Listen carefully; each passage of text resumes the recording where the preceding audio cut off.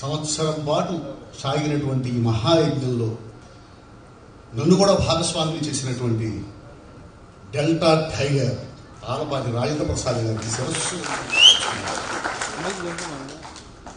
అలాగే ఈ మహాయజ్ఞానికి సహకరించినటువంటి ప్రతి ఒక్కరు 365 రోజులు థియేటరు, పెమ్మసాని థియేటర్ పోతరాజు గారు, పెమ్మసాని చంద్రశేఖర్ గారు మనకి ఇవ్వకపోయినా, ఈ ఎన్వీఆర్ కళ్యాణ మండపాన్ని, కన్వెన్షన్ సెంటర్ని నన్నపల్లి సుధాకర్ గారు మనకి ఇవ్వకపోయినా, ఎప్పుడు కావాలంటే అప్పుడు వాళ్ళకి ఆల్రెడీ అక్కడ కార్యక్రమం ఉన్నా సరే అది క్యాన్సిల్ చేసి మనకిచ్చినటువంటి ఎన్జిఓ కళ్యాణ మండపం వారికి కానీ, అలాగే పెన్షనర్స్ హాల్ వారికి కానీ, ప్రతి ఒక్కరికి, అలాగే హరిప్రసాద్ గారు, కోటి గారు, ముఖ్యంగా సోమవరం నాగేశ్వరరావు గారు, అందరూ పనిచేసిన ప్రతి ఒక్కరు వాళ్ళలో ఎవరు సరిగ్గా పనిచేయకపోయినా కూడా ఈ కార్యక్రమం ఇంత అద్భుతంగా జరిగేది కాదని వాళ్ళందరికీ కూడా పేరు పేరున చేతులెత్తి నమస్కరిస్తున్నాను. అలాగే ఈనాటి మన కార్యక్రమానికి ప్రత్యేకమైన ఆకర్షణ నాదెండ్ల మనోహర్ గారు. నాదెండ్ల మనోహర్ గారు ఈ రోజు రావడం అనేది ఎంత ఆనందంగా ఉందంటే ఇది చాలా మనసుకి చాలా హత్తుకుపోయే విషయం. మనోహర్ గారు వచ్చి రామారావు గారి పట్టాన్ని దండేస్తూ ఉంటే ఎంత ఆనందం వేసింది, కళ్ళమని నేను వచ్చినాను. Thank you sir, thank you. అలాగే మాటల మాంత్రికుడు అన్నారు. మంత్రాలు వేస్తే మాటలు రావు సార్, కష్టపడి రాస్తే వస్తాయి. మాటల కార్మికుడిని నేను, మాటల మాంత్రికుడిని కాదు. ఆ మాంత్రికులు వేరే ఉంటారు మనకు కాదు.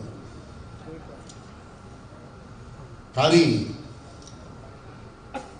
ప్రపంచమంతా మాట్లాడుకున్నారండి తెనాలి గురించి.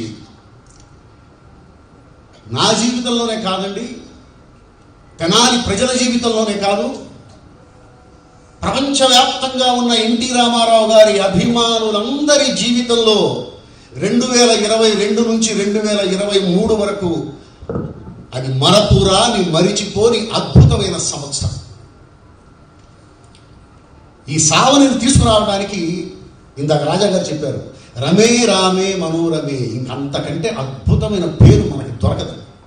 కారణం ఏంటంటే ఆ పేరుకి అర్థం సంతోషానికి ప్రతిరూపం రాముడు, ప్రతి మనసుని రంజింపచేసేవాడు రాముడు, ప్రతి మనసుని ఒక నటుడుగా రంజింపజేశాడు ఈ రాముడు, ఒక నాయకుడుగా రంజింపజేశాడు ఈ రాముడు, సేవకుడుగా రంజింపచేశాడు ఈ రాముడు. మనసుని, మనుషుల్ని రంజింపజేయటం కోసమే జీవితాంతం తపించాడు, శ్రమించాడు. అలాంటి మహనీయుడికి 1 సంవత్సర కాలం పాటు మనం చేసుకున్నామంటే ఇది ఆ మహానుభావుడు మనకిచ్చినటువంటి అదృష్టం. ఎంతమంది అండి ప్రపంచవ్యాప్తంగా నాకు ఫోన్ చేసేవాడు, ఎలా చేస్తున్నారు, అసలు ఏంటి ఇంత అద్భుతంగా చేస్తున్నారా, ఎన్టీ రామారావు గారికి తెనాలికి సంబంధం ఏంటి, ఎక్కడా జరిగింది, తెనాలిలోనే ఎందుకు చేస్తున్నారంటే తెనాలి కళల కానాచి కాబట్టి. తెనాలి వాళ్ళకి ఆసక్తి ఉంది, చెయ్యాలనే తపన ఉంది. ఒక వారం చేసి వారం అయిపోయింది, ఏం చేస్తున్నామో, సంవత్సరం పాటు ఎక్కడ మనం అమ్మా అని ఒక్కళ్ళు కూడా అనుకోలేదండి. 365 రోజులు, వారానికి 5 సినిమాలు, ప్రతి శనివారం, ప్రతి ఆదివారం పెన్షనర్స్ హాల్లో సదస్సులు, ఒకరోజు ఎన్టీ రామారావు గారి సినిమాల మీద సదస్సులు, ఒకరోజు ఎన్టీ రామారావు గారి వ్యక్తిత్వం మీద సదస్సులు. అలాగే ప్రతి నెల చివరి శనివారం ఎన్టీఆర్ రంగస్థల పురస్కారం.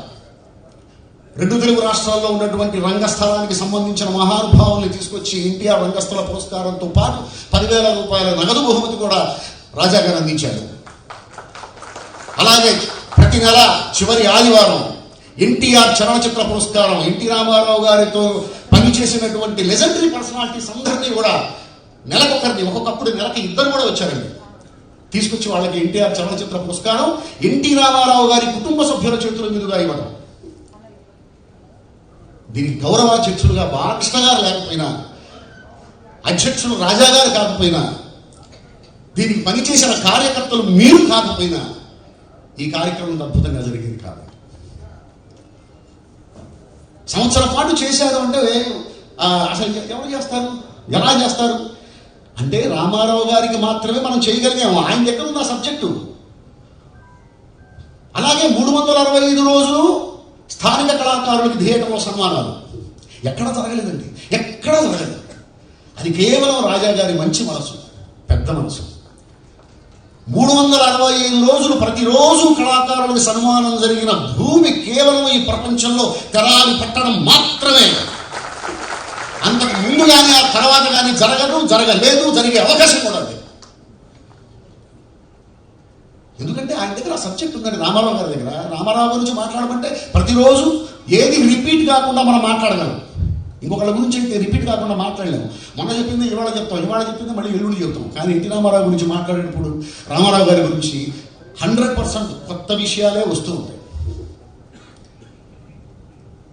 అయితే మరి ఇంత అద్భుతంగా జరిగినటువంటి కార్యక్రమానికి గ్రాండ్ ఫినాలే కూడా ఇంకా అద్భుతంగా ఉంది.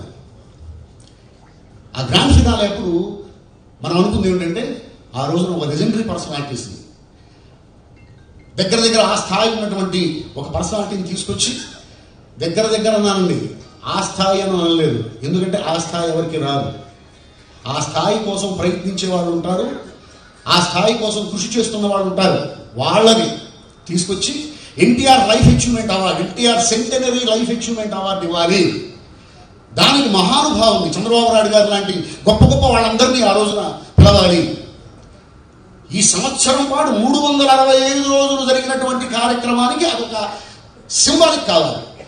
అంత గొప్పగా ఆ కార్యక్రమం చేయాలని ఈ గ్యాప్ తీసుకున్నాం. లేకపోతే ఎప్పుడో చేసేసేవాడు. అంత అద్భుతంగా చేయడం కోసం అని చెప్పి గ్యాప్ తీసుకున్నాం. దాంతోపాటు ఈ 365 రోజులు జరిగినటువంటి కార్యక్రమాలన్నీ కలిపి ఒక సావనీరు తీసుకుందాం. ఆ సావనీర్ని ఆ గ్రాండ్ ఫినాలేలో మనం ఆవిష్కరణ చూసుకుందాం అనే ఉద్దేశంతో ఈరోజు జరుగుతున్నటువంటి ఈ కార్యక్రమం మనం చేయబోయేటువంటి గ్రాండ్ ఫినాలేకి జస్ట్ టీజర్ మాత్రమే. ఇది టీజర్. గ్రాండ్ ఫినాలే ఓపెన్ గ్రౌండ్లో ఉంటుంది, అత్యద్భుతంగా ఉంటుంది. ప్రపంచం మొత్తం మళ్ళీ ఆ రోజు తెనాలి వైపు చూసే విధంగా ఉంటుంది. ప్రపంచం మొత్తం. గ్రాండ్ ఫినాలే చెయ్యలేమో అనుకున్నారు, చేసి చూపిస్తాం. అద్భుతంగా చేసి చూపిస్తాం. ఇంకా చాలా మాట్లాడాలని ఉంది, కానీ ఇంకా భక్తులు ఉన్నారు, సమయాభావం కూడా ఉంది కాబట్టి సెలవు తీసుకుంటున్నాను. Thank you very much. మళ్ళీ ఈ కార్యక్రమాన్ని సహకరించిన ప్రతి ఒక్కరికి పేరు పేరున ధన్యవాదాలు తెలియజేసుకుంటూ, ఈ జీవితంలో మీరు చేసిన సేవ కానీ సాయం కానీ మర్చిపోలేమని మనస్ఫూర్తిగా తెలియజేసుకుంటూ చేతులెత్తి నమస్కరిస్తున్నాను.